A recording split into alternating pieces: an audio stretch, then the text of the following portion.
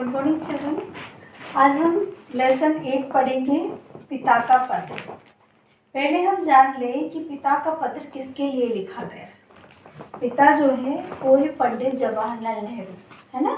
हमारे जो प्रधानमंत्री थे, है ना, भारत के पहले प्रधानमंत्री कौन थे? पंडित जवाहरलाल नेहरू। और उनकी पुत्री थी इंदिरा, है ना। तो उन्होंने अपना पत्र अपनी पुत्री के लिए लिखा है और उनकी पुत्री है इंदिरा। ऐसे छोटे छोटे क्वेश्चंस एग्जाम में आते हैं, विकल्प में आते हैं, तो आप ये याद रखिएगा कि यहाँ पर पिताजी कौन है? पंडित जवाहरलाल नेहरू है और पुत्री कौन है? इंदिरा गांधी है। तो हम लेसन रीडिंग करेंगे, आप अपनी बुक्स निकाल लीजिए। यहाँ पर देखिए, प्रिय इंदिरा, जन्मदिन पर तुम्हें कई उपहार मिलते रहे हैं, शुभकामनाएं भी दी जाती हैं, पर मैं इस जेल में बैठा तुम्हें क्या उपहार भेज सकता हूँ? हाँ, मेरी शुभकामनाएं सदा तुम्हारे साथ रहेंगी। यहाँ पर पंडित जवाहरलाल नेहरू कहते हैं अपनी पुत्री से कि मैं तुम्हें उपहार में क्या दूँ। यानी कुछ ऐसा प्रोग्राम होगा या कुछ ऐसा फंक्शन होगा जिसके लिए जो जवाहरलाल नेहरू जी हैं वो अपनी पुत्री इंदिरा को कुछ तोहफा देना चाहते हैं, उपहार देना चाहते हैं। और जो पत्र वो लिख रहे हैं वो कहाँ पर लिख रहे हैं? जेल में। अब आप सोच रहे होंगे कि वहाँ जेल में कैसे लिख रहे हैं ये पत्र। तो जब हमें आज़ादी नहीं मिली थी हमारे देश को, तब हमारे जो नेता थे या हमारे देश के जो स्वतंत्रता सेनानी थे वो क्या होते थे, कई बार अंग्रेजों ने जेल में डाल देते थे। तो ऐसे ही जो जवाहरलाल नेहरू थे वो कहाँ पर थे? जेल में थे। और वहाँ पर बैठ के वो अपनी पुत्री के लिए पत्र लिख रहे थे और कहते हैं कि मैं तुम्हें तुम्हारे जन्मदिन के तोहफे में कुछ नहीं दे सकता, सिर्फ शुभकामनाएं ही दे सकता हूँ। यानी तुम्हें सिर्फ बधाई दे सकता हूँ, दुआ दे सकता हूँ। क्या तुम्हें याद है कि जोन ऑफ आर्क की कहानी तुम्हें कितनी अच्छी लगती थी? जो नेहरू जी हैं वो कहते हैं अपनी पुत्री से कि तुम्हें जोन आर्क जो थे उनकी कहानी बहुत अच्छी लगती थी, तुम स्वयं तो उसकी तरह बनना चाहती थी। यानी इंदिरा जी किसकी तरह बनना चाहती थी? जोन ऑफ आर्क की तरह। और वे कहते हैं कि साधारण पुरुष और स्त्रियां इतने साहसी नहीं होते, तो अपने प्रतिदिन के कार्य, बाल बच्चों और घर की चिंताओं में ही फंसे रहते हैं। परंतु एक समय ऐसा आ जाता है कि किसी महान उद्देश्य की पूर्ति के लिए सभी लोगों में असीम उत्साह भर जाता है।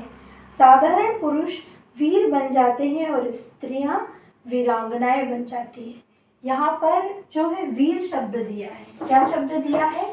वीर। और क्या दिया है? वीरांगना।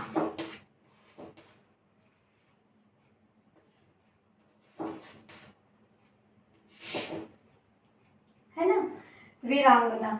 तो वीर जो वीर है और यहाँ पर उसका स्त्रीलिंग हम बदलेंगे तो क्या हो जाएगा? वीरांगना। अब उसमें कहते हैं नेहरू जी कि जो साधारण पुरुष होते हैं या स्त्रियां होती हैं वो क्या करते हैं? घर के काम काज इसमें लगे रहते हैं, लेकिन यदि कुछ महान उद्देश्य या कुछ देश के लिए कुछ कर गुजरने की जो ताकत होती है उसमें यदि हम अपना ध्यान लगाते हैं तो हमें सारे काम जो होते हैं वो छोटे लगने लग जाते हैं और हम अपने उद्देश्य के पीछे क्या करते हैं? दौड़ने लग जाते हैं। यानी हमें कुछ करने की या कुछ कर गुजरने की यदि हमारे अंदर साहस आ जाता है तो हम क्या बन जाते हैं? वीर और वीरांगना बन जाते हैं।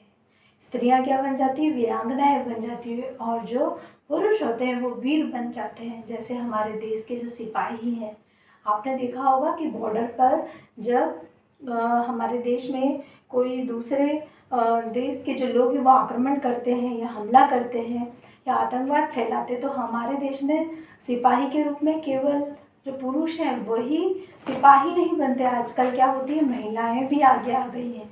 महिलाएं भी क्या होती हैं? वो भी हमारे देश की सिपाही बन जाती है ना। तो ऐसे ही जवाहरलाल नेहरू जी कहते हैं कि जब सभी में, स्त्री पुरुषों में, सभी में जब एक जोश भर जाता है देशभक्ति का, तो वे सब क्या बन जाते हैं, वीर और वीरांगनाएं बन जाते हैं। आजकल हमारे भारत के इतिहास का निर्माण हो रहा है। बापूजी ने भारतवासियों के दुखों को दूर करने के लिए आंदोलन छेड़ा है। यानी जो भारतवासी हैं उन्हें जोश में लाने के लिए हमारे जो बापूजी हैं, यानी उस समय कौन थे, बापूजी हमारे थे महात्मा गांधी। तो उन्होंने क्या किया है, एक आंदोलन छेड़ा है और उस आंदोलन में हमारे सभी जो देशवासी हैं उनको क्या करा है,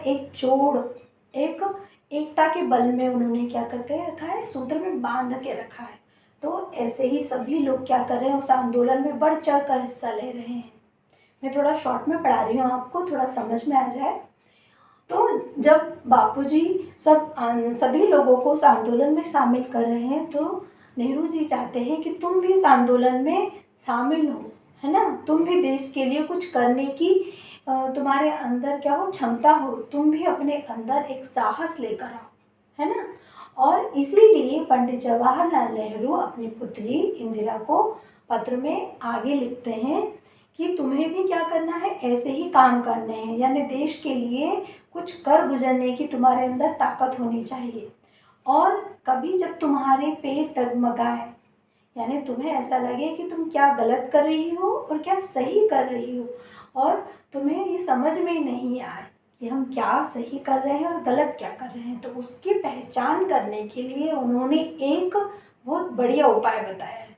और वो उपाय आप लोगों के लिए भी है। जब भी आपको ऐसा लगता है कि हम कुछ गलत काम कर रहे हैं, तो हम क्या करते हैं, उस काम को छुपाते हैं, अपने पेरेंट्स से छुपाते हैं, अपने टीचर से छुपाते हैं, या अपने फ्रेंड्स से छुपाते हैं। यदि हम कोई काम करते हैं तो उसे हमें छुपाने की ज़रूरत नहीं है। अगर कोई काम हम सही कर रहे हैं तो वो छुपता नहीं है, और ना ही हमें क्या होता है, डर लगता है। यदि हमने कोई ऐसा काम किया जिसे छुपाना पड़ रहा है, तो आप समझ जाइए कि वो काम गलत है। और जो भी काम हम कर रहे हैं और हम वो सभी को कह रहे हैं, सभी को अपनी बातें बता रहे हैं, और वो हमें छुपाना नहीं पड़ रहा है, तो इसका मतलब है कि हम सही दिशा में जा रहे हैं, सही काम कर रहे हैं।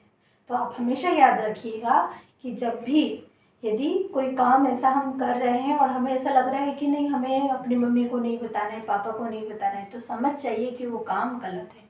यदि कोई हमसे ये कह रहा है कि तुम मम्मी को मत बताओ, पापा को मत बताओ, अपने फ्रेंड्स को मत बताना, तो इसका मतलब है कि कुछ ना कुछ बात है और ये काम गलत है। तो आप हमेशा याद रखिएगा कि आपको हमेशा वही काम करना है जो सही है, यानी ऐसा कोई काम नहीं करना है जो सबसे छिपा हो, है ना।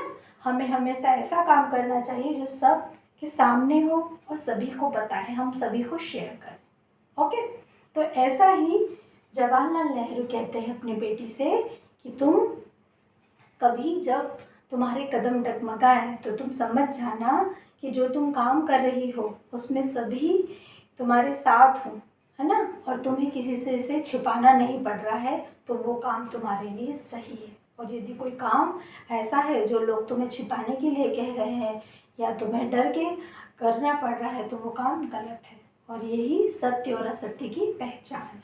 ओके, तो तुम्हें तो मालूम है कि बापूजी के नेतृत्व में स्वतंत्रता का आंदोलन चलाया जा रहा है, उसमें छिपा कर रखने जैसी कोई बात नहीं है। यानी तुम इस आंदोलन में क्या कर सकती हो, बढ़ चढ़कर भाग ले सकती हो, और इसमें तुम्हें छिपकर साथ देने की ज़रूरत नहीं है, उजागर होकर साथ देने की ज़रूरत है। हम तो सभी काम दिन के उजाले में करते हैं, यानी हम जो काम करेंगे वो लोगों को दिखा कर करेंगे, सामने करेंगे, पीठ पीछे नहीं करेंगे। ओके, तो ऐसी बात नेहरू जी अपनी पुत्री को कहते हैं और आगे लिखते हैं, अच्छा बेटी अब विदा, भारत की सेवा के लिए तुम बहादुर सिपाही बनो और हमारी शुभकामना तुम्हारे साथ है। यानी नेहरू जी ने अपना पत्र समाप्त किया और उनसे कहा कि तुम बहादुर बनो। इंदिरा जी से क्या कहा उन्होंने कि तुम बहादुर बनो, है ना, निडर बनो, और आपको भी क्या करना है, बहादुर बनना है और निडर बनना है। कभी भी जब भी आपको ऐसा लगे कि हम कुछ गलत काम कर रहे हैं और हमें छिपाना पड़ रहा है, तो वो काम समझ जाइएगा कि वो असत्य है। ओके, और जो काम हम कर रहे हैं और सभी से उसको खुशी मिल रही है और सब हैप्पी हैं, तो ये समझ जाइए कि वो काम आपका सही है। ठीक है, तो इस प्रकार हमारा ये लेसन ख़त्म होता है। और इस लेसन में जवाहरलाल नेहरू ने जो मैसेज उनके लिए दिया है वो क्या दिया है इंदिरा जी के लिए कि बहादुर बनो, साहसी बनो। ओके, इसके एक्सरसाइज हम PDF में देख लेंगे।